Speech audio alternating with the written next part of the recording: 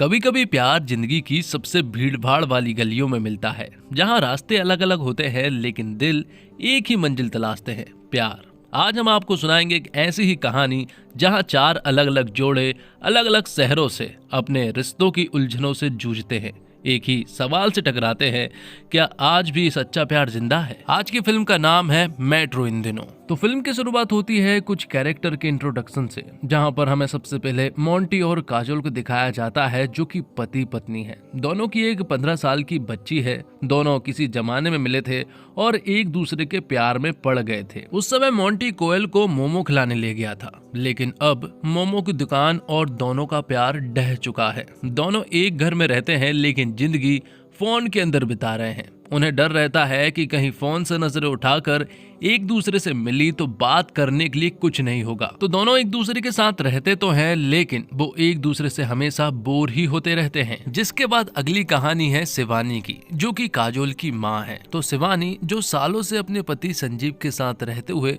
अब उसके घर में टंगी तस्वीर के समान हो गई है। संजीव ने जैसे तस्वीर को भुला दिया है, वैसे ही पत्नी को भी वो अक्सर भूल जाया करता है। शादी में एडजस्ट करते करते कब शिवानी अपना अस्तित्व खो बैठी है वो नहीं जानती, लेकिन घुटन उसे इस जिंदगी को जीने भी नहीं देती। तो शिवानी शादी में अकेली है तो कोलकाता में रहने वाला परिमल अपनी बीवी और बेटे को खोने के बाद सच में तना है। उसका सहारा है उसकी बहू जिनू, जो अपनी जिंदगी को परे रख उसकी सेवा में लगी हुई है।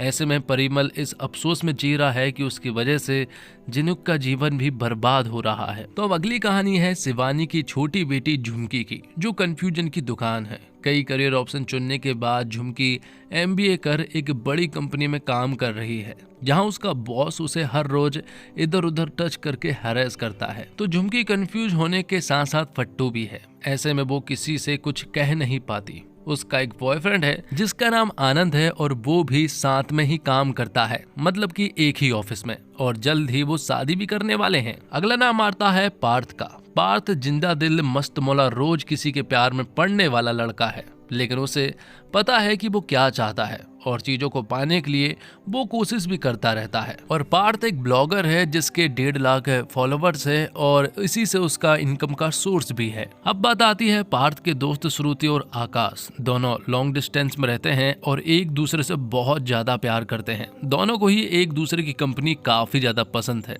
अपने बीच कई किलोमीटर फैली दूरियां मिटाई तो परिवार ने शादी करवा दी। शादी के बाद आकाश का म्यूजिशियन बनने का सपना ही रह गया। वो डेस्क जॉब में फंसा और रोज अपने अधूरे सपने की अर्थी उठते देखता है। आकाश को ऐसा लगने लगा है कि शायद अब उसकी जिंदगी भी उसके पिता की तरह हो जाएगी। और इसी बीच श्रुति का अचानक प्रेग्नेंट होना उसे कॉम्प्लेक्स में डाल देता है। अब कहानी आगे बढ़ती है और हम देखते हैं झुमकी को, जो कि अपने दोस्तों के साथ मिलकर बहुत सारी शराब पी लेती है। और अब वो अपने बॉयफ्रेंड के अपार्टमेंट में जाने वाली थी, लेकिन शराब की नशे में होने के कारण झुमकी ने एड्रेस गलत बता दिया था। भक्ति निवास जाना था, लेकिन वो पहुंच जाती है भक्ति आवास 303 नंबर रूम में। और मालूम चलता है कि भक्ति आवास में 303 नंबर में हमारा फूड ब्लॉगर पार्थ रहने आया है। पार्थ यहाँ पर आकर सबसे पहले सोचता है कि वो फ्रेश होगा, इसलिए वो टॉयलेट में जाता है और सबसे पहले फ्रेश होने की कोशिश करता है कि तभी उसे किसी के आने की आवाज सुनाई पड़ती है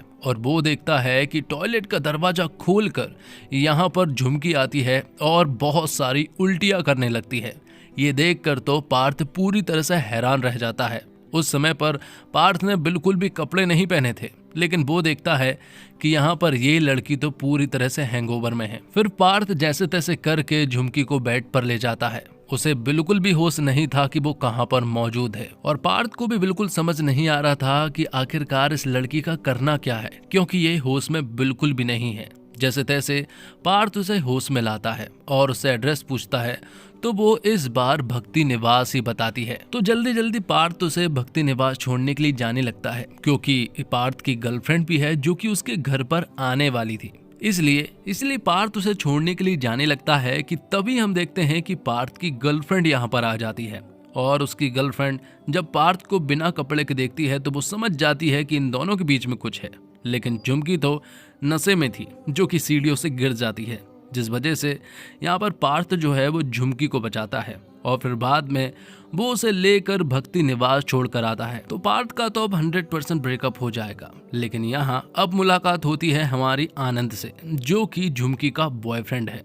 यहाँ पर पार्थ जब आनंद को देखता है तो वो तुरंत यहाँ से रफू चक्कर हो जाता है, क्योंकि वो जानता है कि अगर वो यहाँ पर रहा तो इन दोनों का भी ब्रेकअप हो जाएगा। लेकिन झुमकी को इन सब से कोई फर्क नहीं पड़ रहा था, क्योंकि वो तो होश में ही नहीं थी। लेकिन अगले दिन जब उसे होश आया तो उसे मालूम चला कि आनंद ने उससे बात करना बंद कर दिया है, इसलिए अब उसके पास सिर्फ एक ही रास्ता है। यहाँ झुमकी फिर से पार्थ के पास जाती है। वो उससे कहती है कि तुम्हें एक बार फिर से आनंद से मिलना होगा, लेकिन प्लानिंग के तहत। तुम्हारी शादी हो चुकी है और तुम अपनी वाइफ को भी आनंद से मिलवाने लेकर आओगे, क्योंकि अगर आनंद मिला तो उसे समझ आ जाएगा कि तुम्हारी शादी हो चुकी है और हमारे बीच में ऐसा कुछ भी नहीं है। तब पार्थ भी मान जाता है और वो अपने साथ यहाँ श्रुति को लेकर आता है एक कैफे में, जहाँ वो आनंद से मिलते हैं।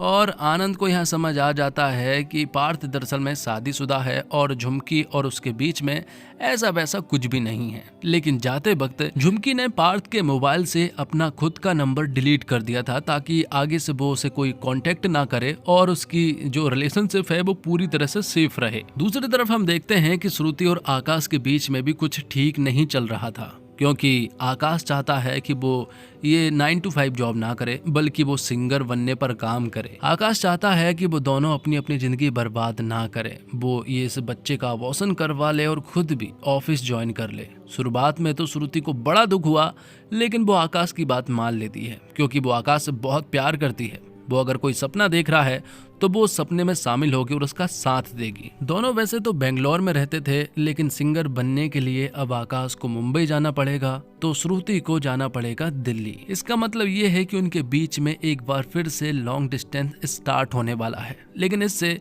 श्रुति बिल्कुल भी खुश नहीं थी। अब आगे हम देखते हैं कहानी में काजोल और मोंटी को। दोनों ही एक दूसरे से बोर हो चुके हैं और एक पार्टी के दौरान मोंटी को अपने दोस्त के द्वारा एक डेटिंग ऐप के बारे में मालूम चलता है। मोंटी के सारे दोस्त की प्रोफाइल जो है वो उस डेटिंग ऐप पर है और उनमें से कुछ लोगों की तो गर्लफ्रेंड भी है। ये देखकर यहाँ पर मोंटी को भी ऐसा लगता है कि उसे भी एक अकाउंट बनाना चाहिए, जिस वजह से वो उस डेटिंग ऐप पर अकाउंट बना लेता है और लड़कियों को ढूंढना भी स्टार्ट कर देता है। लेकिन ये खोजबीन ज्यादा दिनों तक नहीं चलती, क्योंकि इसके बारे में काजोल को भी मालूम चल गया था। लेकिन काजोल ने मोंटी से कुछ नहीं कहा, बल्कि उसने भी उसी डेटिंग ऐप पर एक प्रोफाइल बनाई और फिर दोनों उसी ऐप पर एक दूसरे से बात भी करने लगे थे। इस तरह बात पहुंच चुकी थी कि दोनों पार्टनर तक बन चुके थे। लेकिन मोंटी को इसकी बिल्कुल भी खबर नहीं थी, उसे तो बहुत मजा आ रहा था। अब आगे हम देखते हैं कि झुमकी जो है वो दिल्ली में ही यहाँ पर पार्थ से मिलती है। वैसे वो उसे मिलना तो नहीं चाहती थी, लेकिन वो एक्सीडेंटली एक दूसरे से टकरा गए थे।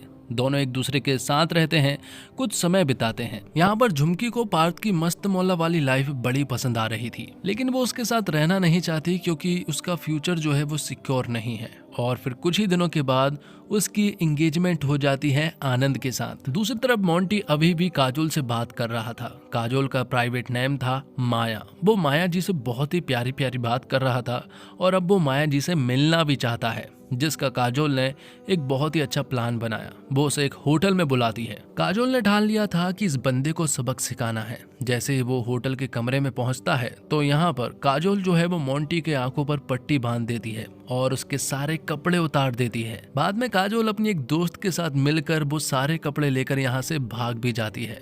तब यहीं से मोंटी जो है वो बिना कपड़ों के बाहर निकला। रास्ते में उसने कुछ कपड़े खरीद लिए थे और अब वो जैसे ही अपने घर पहुंचा तो वो सबसे पहले काजोल को देखता है। काजोल वहां वो सारे कपड़े मोंटी के मुंह पर फेंकती है जो कि उसने होटल में पहने हुए थे, और फिर वो अपनी 15 साल की लड़की के साथ यहाँ से अपने माँ के घर चली जाती है।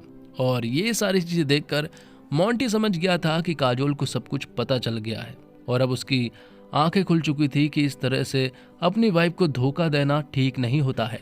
दूसरी तरफ कहानी है श्रुति और आकाश की। दोनों एक दूसरे से अलग तो हो चुके थे, लेकिन दोनों को ही बहुत बुरा लग रहा था, क्योंकि आकाश अब एक ऐसी लाइन में आ चुका था जहां पर वो एकदम फ्रेश है। उसे कोई भी आइडिया नहीं है कि वो सिंगर कैसे बन पाएगा। आकाश बस स्टूडियो के धक्के खा रहा था, उसे कोई काम नहीं मिल रहा था। तो वहीं श्रुति को हम देखते हैं जो कि दिल्ली में रहती है। दोनों को एक दूसरे से अलग रहते हुए काफी समय हो गया था। दिल्ली में ही पार्थ भी रहता है, इसलिए अक्सर श्रुति और पार्थ एक दूसरे से मिलते रहते हैं। लेकिन दिल्ली में ही श्रुति को एक आदमी पसंद आ गया था जिसका एक छोटा सा बच्चा भी है, और श्रुति को कहीं ना कहीं उससे अटैचमेंट होने लगी थी। उसी बंदे के कारण यहाँ पर हम देखते हैं कि श्रुति जो है वो आकाश को इग्नोर करने लगी थी। ऐसा बहुत दिन तक चला और आकाश को भी ऐसा लगने लगा था कि यहाँ पर उसका कुछ नहीं हो सकता, इसलिए वो श्रुति से मिलने के लिए दिल्ली चला गया। लेकिन जब वो उससे बात करता है तो श्रुति से झूठ बोल देती है कि वो कहीं और है, लेकिन आकाश तो जस्ट उसके सामने ही खड़ा हुआ था और श्रुति वहाँ पार्थ के साथ मौजूद थी। ये देखकर आकाश जो है वो श्रुति के ऊपर बहुत गुस्सा होता है। दरअसल में आकाश को ऐसा लग रहा था कि पार्थ और श्रुति के बीच में कुछ है। आकाश तो श्रुति से ये तक कह देता है कि उसे तो ये भी नहीं मालूम है कि जो बच्चा हमारा था वो हमारा था भी या नहीं। तब श्रुति उसे बहुत सुनाती है। पार्थ भी यहीं पर मौजूद था लेकिन वो कुछ नहीं कर पाया।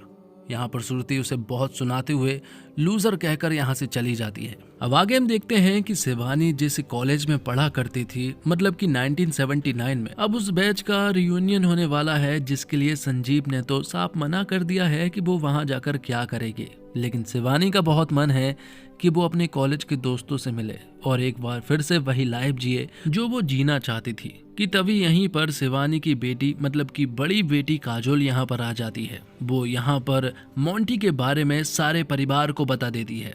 ये सुनकर यहाँ शिवानी कहती है कि उसे मोंटी को एक दूसरा मौका देना चाहिए, लेकिन यहाँ काजोल जो है वो बहुत गुस्से में थी और तो और उसने अपने पिताजी की पोल भी यहाँ अपनी माँ शिवानी के सामने खोल दी थी, जो पोल शिवानी को भी मालूम थी। और वो बात दरअसल में ये है कि संजीव जो है वो शीला आंटी नाम की एक औरत से प्यार करता था, मतलब कि उनसे अफेयर था। ये बात बहुत सालों पुरानी है, जब काजोल जो है वो 10th में पढ़ा करती थी। उस समय पर काजोल की बोर्ड थे और वो ठीक से पढ़ नहीं पा रही थी इसी कारण से। और आपने पिताजी को मौका इसलिए दिया क्योंकि आपके पास कोई ऑप्शन नहीं था। आप हमेशा अपने पति से डरती रहती हैं, आपको कदम उठाने में बहुत डर लगता है। हालांकि फिर भी मोंटी हार नहीं मानता है। वो काजोल के पीछे पड़ा रहता है और उसे माफी की गुहार लगाता है। और काजोल तो कह भी रही थी कि मेरे पीछे घूमने की कोई जरूरत नहीं है क्योंकि वो उसे माफ नहीं कर पाएगी। लेकिन फिर भी जैसे तैसे करके काजोल जो है वो उसकी कार में बैठ जाती है। और यहाँ मोंटी ने कुछ और बातें उसे बता दी थी कि इससे पहले उसने 7 लड़कियों से बात की है, लेकिन उसने कभी भी बॉर्डर क्रॉस नहीं की है। ये सुनकर तो काजोल और भी ज्यादा भड़क जाती है और वो मोंटी की कार को लेकर यहाँ से भाग जाती है। दूसरी तरफ हम देखते हैं श्रुति को, जो कि वापस बेंगलोर चली गई थी वहाँ आकाश के पास। वो उससे प्यार करती है, वो उसके बिना नहीं रह सकती। हालांकि दोनों एक ही घर में तो रहते हैं, लेकिन दोनों एक दूसरे से बात नहीं करते हैं। उनके दिलों में दूरी आ चुकी थी। तो वहीं शिवानी ने भी फैसला किया कि वो भी अपनी लाइफ जिएगी। 40 साल उसने संजीव को दिए हैं, तो अब कम से कम वो कुछ दिन तो उसे खुद के लिए दे सकता है। तो शिवानी पहुंच जाती है कोलकाता अपने कॉलेज के रियूनियन में, जहां उसकी मुलाकात होती है अपने कॉलेज के दोस्त परिमल से। एक्चुअली वो उसका दोस्त नहीं, वो उसका बॉयफ्रेंड था। जब शिवानी परिमल से मिली तो उसे ऐसा लगा कि जैसे वो उसके पुराने वक्त में वापस जा चुकी हो। वो यहाँ पर बहुत ज्यादा खुश रहने लगी थी। तो साथ में रहते हुए परिमल ने भी शिवानी को अपनी सारी प्रॉब्लम के बारे में बता दिया था। उसने बताया कि उसकी पत्नी और बेटे की कार एक्सीडेंट में मौत हो गई थी और अब उसके साथ उसकी बहू रहती है, लेकिन उसकी जिंदगी इस तरह से बर्बाद होते हुए वो नहीं देख सकता है। वो बताता है कि मेरी बहू जिनुक को एक लड़का पसंद करता है जो कि लंदन में रहता है। वो उससे बहुत प्यार करता है और वो लड़का मुझे भी पसंद है। मैं चाहता हूँ कि जिनुक जो है वो उससे शादी कर ले, लेकिन मेरी वजह से वो उस लड़के के साथ नहीं जाएगी। लेकिन अगर तुम और मैं चाहें और एक ऑस्कर लेवल की एक्टिंग करे तो यहाँ से जिनुक जा सकती है, जिसके लिए शिवानी भी मान जाती है। हालांकि आज तो वो घर जाने वाली थी, लेकिन परिमल के कहने पर वो रुक जाती है और दोनों शादीशुदा के जोड़े में पहुंच जाते हैं अपने घर, जहां वो देखते हैं जिनुक को। जिनुक का रिएक्शन जो है वो ठीक नहीं था। वो देख रही थी कि आखिरकार पिताजी को क्या हो गया है, जो कि इस उम्र में शादी करके और वापस लौटे हैं। शिवानी जब यहाँ पर आई तो वो यहाँ जिनुक को बहुत ज्यादा परेशान करती है, एकदम सख्त सास की तरह। ये सारी चीजें देखकर जिनुक को बहुत ज्यादा बुरा लगता है, लेकिन इससे भी ज्यादा बुरा परिमल को लगा था, क्योंकि परिमल चाहता है कि जिनुक यहाँ से चली जाए और अपनी जिंदगी को अच्छे से जिए। इसी वजह से वो उसे दुख दिए जा रहा था। आगे हम देखते हैं काजोल को, जो कि गोवा पहुंच चुकी थी। वहां एक जवान लड़के से उसकी दोस्ती हो जाती है और दोनों एक दूसरे के साथ घूमने लगे थे। जो सारी चीजें दूर से यहाँ पर हमारा मोंटी देख रहा था। मोंटी यहाँ भी कई बार माफी मांगने की कोशिश करता है, लेकिन काजोल तो बस उसे जलाने में लगी हुई थी। वो उस बंदे के काफी ज्यादा नजदीक जाने लगती है, जो देखकर मोंटी को बहुत ज्यादा हर्ट हो रहा था, लेकिन गलती भी तो मोंटी की ही है। दूसरी तरफ हम देखते हैं झुमकी को, जिसे ऐसा लगता था कि उसकी माँ और दीदी की लाइफ जो है वो सबसे हैपनिंग है, उन्हीं की तरह उसे बनना है, लेकिन ऐसा तो बिल्कुल भी नहीं था। यही बातें उसे बहुत ज्यादा फ्रस्ट्रेट कर रही थी और इसी कारण वो पार्थ के साथ थोड़ा समय बिता रही थी। पार्थ उसे बहुत अच्छी थेरेपी देता है और सारी भड़ास निकलवा देता है। और अब झुमकी को पार्थ पसंद आने लगा था, तो यहाँ पर पार्थ झुमकी को बताता है कि उसकी शादी होने वाली है, पक्की तो हो चुकी है और कुछ ही दिनों के बाद उसकी शादी है। हालांकि पार्थ भी झुमकी को पसंद करता है, लेकिन उसकी तो एंगेजमेंट हो चुकी है, जिस वजह से उसका तो कोई चांस ही नहीं है। पर पार्थ यहाँ पर उसे एक सजेशन देता है कि उसका मंगेतर जो है वो बिल्कुल भी ठीक नहीं है, मौका अभी भी है, तुम उसे छोड़ सकती हो। पार्थ यहाँ पर झुमकी को बहुत सारी चीजों के लिए मोटिवेट कर रहा था और ये सारी बातें झुमकी को कहीं ना कहीं कनेक्ट हो रही थी। इसलिए सबसे पहले वो जाती है ऑफिस, जहां वो अपने बॉस से मिलती है, जो कि उसे इधर उधर छूकर हरेस किया करता था। वो उसे एक जोरदार थप्पड़ लगाती है और फिर भागती है यहाँ पार्थ की शादी की तरफ, जो कि ट्रेन से बारात लेकर जा रहे थे। और वहाँ आकाश को बहुत गिड़गिड़ाने और धक्के खाने के बाद आखिरकार उसे एक मौका मिल जाता है स्टूडियो में, जहां अरिजीत सिंह नहीं पहुंच पाया था, इसलिए यहाँ पर आकाश को मौका मिलता है। तब आकाश ये पहली फोटो श्रुति के पास भेजता है। उस वक्त हम देखते हैं कि श्रुति जो है वो अबॉर्शन करने के लिए जा रही थी।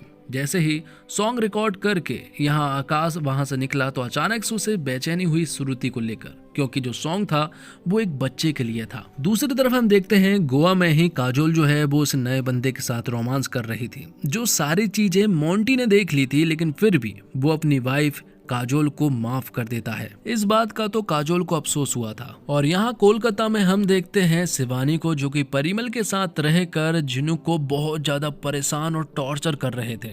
और ये टॉर्चर कहीं ना कहीं उनका काम आया, क्योंकि जिनू यहाँ पर मान चुकी थी कि अब वो इस घर में नहीं रहेगी, वो बाबूजी के साथ नहीं रहेगी, बल्कि वो लंदन चली जाएगी और उस बंदे के साथ सेटल हो जाएगी। लेकिन तभी हम देखते हैं कि संजीव भी यहाँ पर पहुंच चुका था और वो यहाँ परिमल के घर आकर उससे झगड़ा करने लगता है।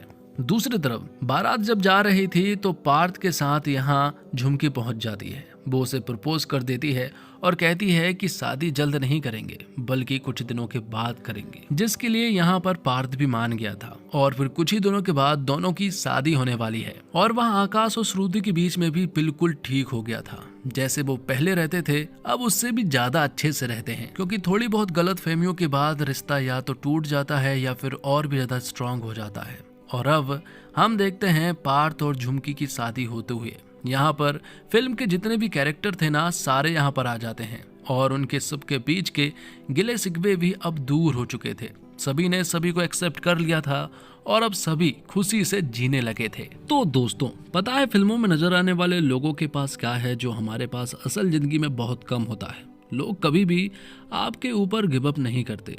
आज के मॉडर्न जेन जी वर्ल्ड में मेट्रो इन दिनों ऐसी फिल्म है जिसकी आपको जरूरत है। क्यों, आइए बताता हूँ। बॉलीवुड ने हमेशा सिखाया है कि जिंदगी में प्यार नहीं तो कुछ भी नहीं, लेकिन असल दुनिया में ये बात पूरी तरह सच नहीं है। जिंदगी में प्यार के साथ साथ इज्जत, मन की शांति और पैसा बहुत बड़ी जरूरतें हैं, जिनके ना मिलने पर हम सभी परेशान होते हैं। और आज के दौर में जहां प्यार इंस्टाग्राम पर शुरू होकर व्हाट्सएप पर ब्लॉक हो जाता है, मेट्रो इन दिनों हमें याद दिलाती है कि असली प्यार इंतजार करता है, समझता है और आखिरकार लौट आता है। क्योंकि जब दिल को वाकई मोहब्बत होती है तो वो रास्ता खोज ही लेता है, भीड़ में भी, मेट्रो में भी और इन दिनों में भी। और जिंदगी जब तेज रफ्तार मेट्रो जैसी हो जाती है तो कई बार हम खुद को ही पीछे छोड़ देते हैं और जो सबसे जरूरी होता है प्यार, उसे हम सबसे आखिर में रखते हैं। लेकिन मेट्रो इन दिनों हमें यही याद दिलाती है कि चाहे दौर कितना भी बदल जाए, प्यार की जरूरत कभी खत्म नहीं होती। फिल्म की 4 कहानियां अलग अलग शहरों से आती है, दिल्ली, मुंबई, कोलकाता, पुणे, लेकिन हर कहानी एक बात कहती है कि इंसान अकेले नहीं जी सकता, उसे चाहिए कोई जिसे वो समझे, जो उसे समझे। नई जनरेशन का प्यार इंस्टा, डेटिंग ऐप और फास्ट चैट्स में शुरू होता है, लेकिन खत्म होता है जब सामने वाले को टाइम नहीं है। ये फिल्म हमें सिखाती है कि प्यार में इमोशन से ज्यादा जरूरी है अटेंशन। क्योंकि अगर हम किसी के लिए वक्त नहीं निकाल सकते तो शायद हम उसके काबिल ही नहीं हैं। और फिल्म में एक अपने सपनों के पीछे भाग रहा है, दूसरे रिश्ते में ठहराव चाहता है, और ये आज की हकीकत है। हम करियर को लेकर इतने पागल हो जाते हैं कि जो इंसान हमारे लिए सबसे ज्यादा मायने रखता है हम उसे ही पीछे छोड़ देते हैं। पर फिल्म ये बताती है कि सपने और प्यार साथ साथ चल सकते हैं, मगर दिल में थोड़ा स्पेस हो। और शादी के बाद प्यार अक्सर जिम्मेदारी में बदल जाता है, लेकिन अगर रिश्ते में बातचीत, हंसी और साथ में समय देना बंद हो जाए तो दो लोग एक ही छत के नीचे रहते हुए भी एक दूसरे से बहुत दूर हो जाते हैं। मेट्रो इन दोनों हमें ये एहसास दिलाती है कि प्यार को निभाना नहीं, जीना जरूरी है। रोज थोड़ा थोड़ा, जैसे चाय की चुस्की, जैसे पुराने गानों की धुन। और शिवानी की कहानी में सबसे प्यारी बात ये कि फिल्म में ये दिखाया गया है कि प्यार सिर्फ नौजवानों के लिए नहीं होता, बुढ़ापे में भी प्यार उतना ही खूबसूरत हो सकता है, थोड़ा शांत, थोड़ा परिपक्व और इतना ही सच्चा। जब परिमल कहता है अब उम्र हो गई है, तो शिवानी मुस्कुराकर कहती है उम्र दिल से नहीं नापी जाती। यह वो लाइन है जो इस फिल्म का असली सार बनती है। मेट्रो इन दिनों हमें 4 अलग अलग जोड़ों के जरिए एक बात सिखाती है, प्यार एक इमोशन नहीं, एक अनुभव है जो हर उम्र में, हर दौर में, हर शहर में अलग अलग रूप से आता है, लेकिन उसका मकसद एक ही होता है, किसी को अपना बनाना। फिल्म हमें ये भी बताती है कि हम सब बहुत व्यस्त हो गए हैं, लेकिन व्यस्तता में अगर कोई हमें देख ले, समझ ले, हमारे साथ बैठकर चाय पी ले, तो वो पल पूरी जिंदगी में सबसे ज्यादा कीमती बन जाती है। और क्या सिखाती है यह फिल्म वो भी बताते हैं, कम्युनिकेशन से एवरीथिंग। बात करना प्यार को जिंदा रखता है, कॉम्प्रोमाइज नहीं, अंडरस्टैंडिंग चाहिए।